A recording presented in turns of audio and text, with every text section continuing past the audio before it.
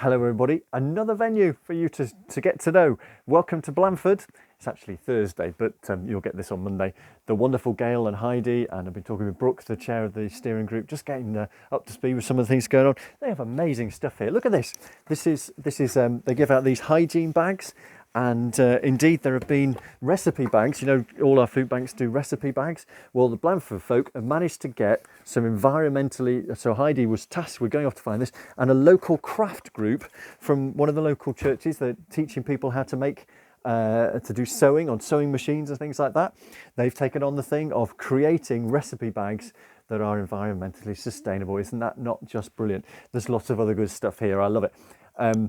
So they were talking today about a gentleman who they've been going through a long journey with sort of finance, the CMA stuff, and the food bank support in that global way that we do. And this guy has wants to get a job, and there are lots of jobs locally, but he hasn't got any transport. So somebody rang up a friend who said, "Yeah, I've got a bike, and maybe we can get him a bike." And the guy, then the team here said, "Oh, but he needs some wet weather gear and a bike hat and those sort of things."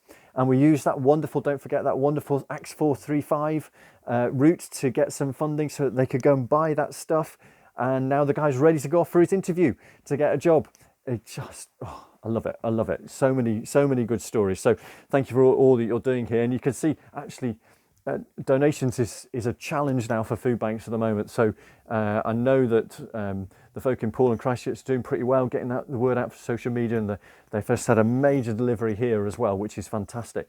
But do keep encouraging people if they want to do something in terms of the cost of living crisis, then continuing to get the word out around donations for food banks is just one very practical thing that people can do as the cost of living increases. So just really encouraging. And actually the stories we had this last week, we had a visit from this guy called John, who works for the Department of Levelling Up and Housing and Communities in central government. He's one of their seconded faith and community advisors. He came down to see a lot of what we're doing. So good to be able to go to half-time, see what Claire and Rachel was supporting Claire at the time of doing there, then to go on to the workshop and to talk to Leo and Rob about the sort of the re-energizing of the stuff going on in the workshop there. And indeed, the brilliant move on Leo's behalf, they gave him one of the pens that the guys had made on the lathe, and he absolutely loves it. He's just sent me a note saying, "I am writing everywhere I go, I'm writing notes for people using my pen."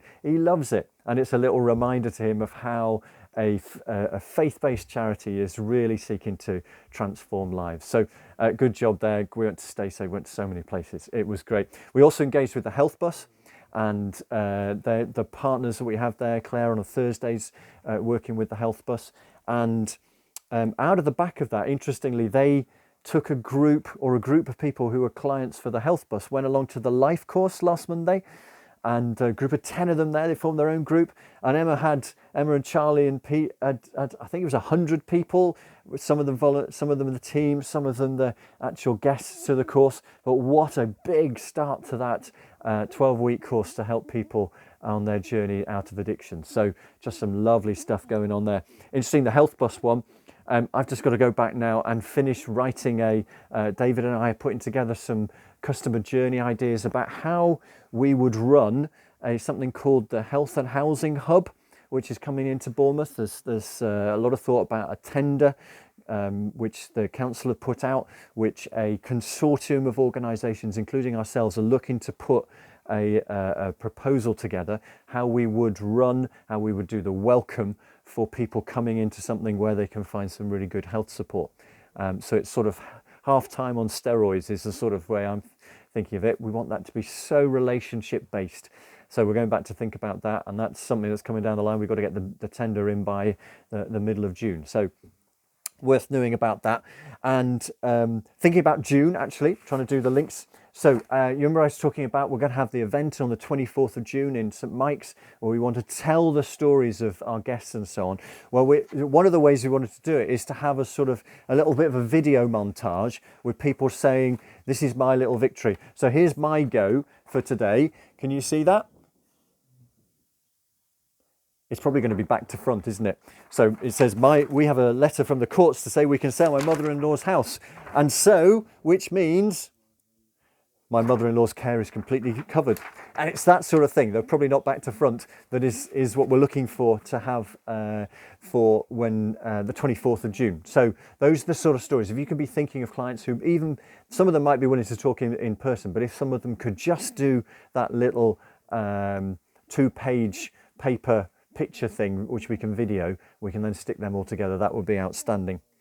And we've come up with a bit of a plan for our own away day. So, you know, I put something into the diary for the 4th of July to see, let's have a team away day. Well, one of the places that maybe you haven't had a chance to visit yet is St. Joe's over in Christchurch, and all the changes that have gone on there. So Tracy's agreed that she's going to host us there for the first part of the morning over in Christchurch. And we'll be able to get a little feel of what's going on there, but also we'll do a few little things together just to get to know a little bit of what we're all doing.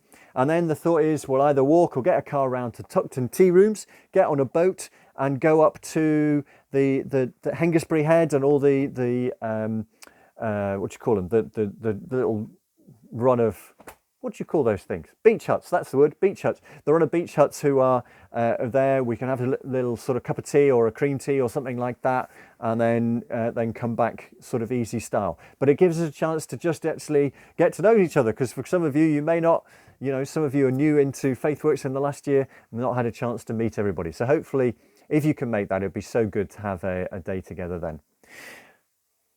I've got to go back and start working on this St. Stephen's stuff. But one little verse struck me again from what I get coming up on my phone this week from Nahum, which is not a book I can say I know really well. But in the Message version, it talks about God is good.